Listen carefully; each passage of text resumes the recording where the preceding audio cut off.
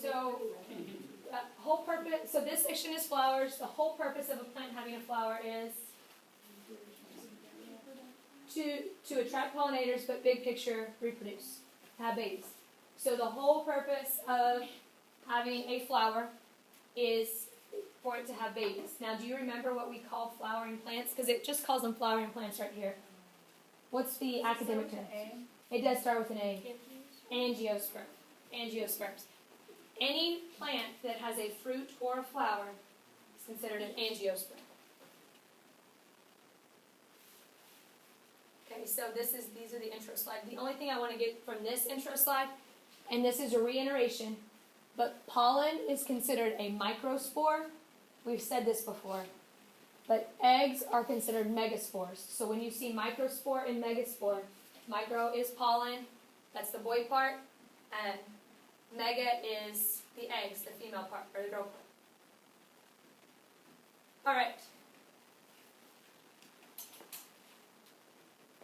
So in plants, we call a singular single, and we call plural a whorl. W-H-O-R-L-S, a whorl. Okay, so what we're about to talk about is the difference between complete and incomplete flowers. All right? This structure right here, this is a leaf, but it's not a photosynthetic leaf. These leaves are unique. These leaves are unique as they're right underneath the flower petals. This individual leaf is called a sepal. By itself, it's called a sepal.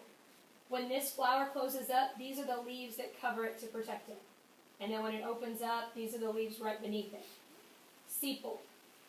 Sepal on its own, but when you have a group of sepals, we call it a calyx. A calyx is all of the sepals. So when we have the plural, it's considered a whorl. So a sepal by itself is collectively called the calyx, which is the whorl. So a whorl will go all the way around that stem. Here, petal on its own. Purpose of a petal is to attract pollinators. Multiple petals is called a corolla. Individually, it's a petal. Collectively, corolla.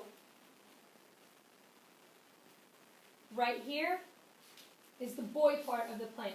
The boy part of the plant is called a stamen collectively. The stamen can be broken down into two parts. The filament and the anther. The filament and the anther. The anther is all the pollen or sperm. The pollen or sperm are made at this location and stored here until they're disseminated. The whole purpose of this filament is to get the pollen as close to the female part as possible. Also, if the wind were to blow, if this was a wind-dispersed pollen, then it would be higher. It wouldn't be down here and protected. Okay? So the filament serves to get the anther higher. Just like we talked about the stem getting the leaves higher, that's what the filaments do. Okay? So again, on this slide we have sepal, individual. The plural of it is called the calyx. Petal, individually. The plural is called a corolla. So the calyx is a whorl. The corolla is a whorl. The boy part, collectively, the stamen, is a whorl. Stamen is composed of the filament and the anther, which is the pollen. The girl part, which is here in the center, is called the carpel in this book, but it's possible that you'll also see it called the pistil, P-I-S-T-I-L. Exact same thing, it just depends on who's referencing it. So carpel or pistil, it's this part in the middle, the female part. This is made up of four aspects. In the tiny middle is the ovule. The ovule is the actual baby or seed. Okay? Then the ovary is the thick part around it. The ovary will eventually turn into a fruit if this plant is going to have fruits. So ovule here in the center, that's the baby. The ovary is to protect it. This long stalk right here is called the style. The style, its purpose is to get the stigma high above the plant. The stigma, we've already discussed this, but once again has a sticky substance that when pollen is kind of blowing past it, it will stick to that. And we spoke about the fact that when pollen does attach, it has to grow a pollen tube to come down here and fertilize that ovule. So a whorl is a collection of. In a complete flower, we have 4 whorls.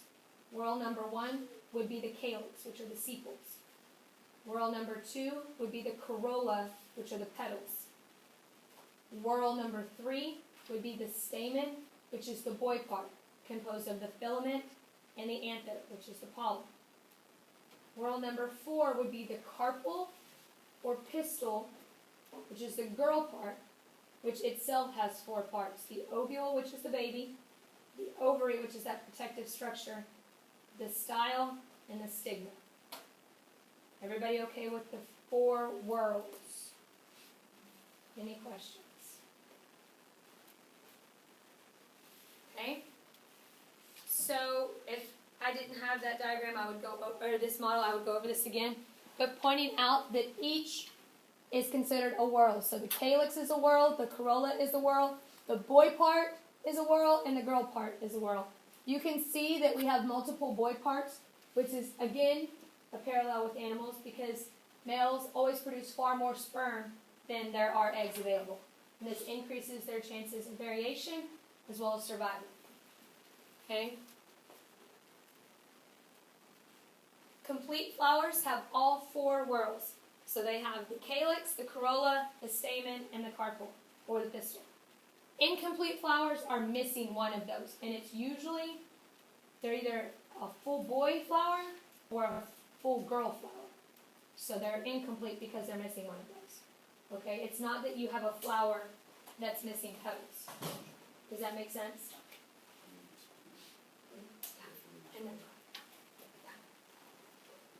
Perfect flowers are flowers that have stamen and carpel. What is stamen again? Boy part, and carpel is the girl part. So perfect flowers have boy and girl parts. Imperfect flowers are just boy or just girl. Okay? Now,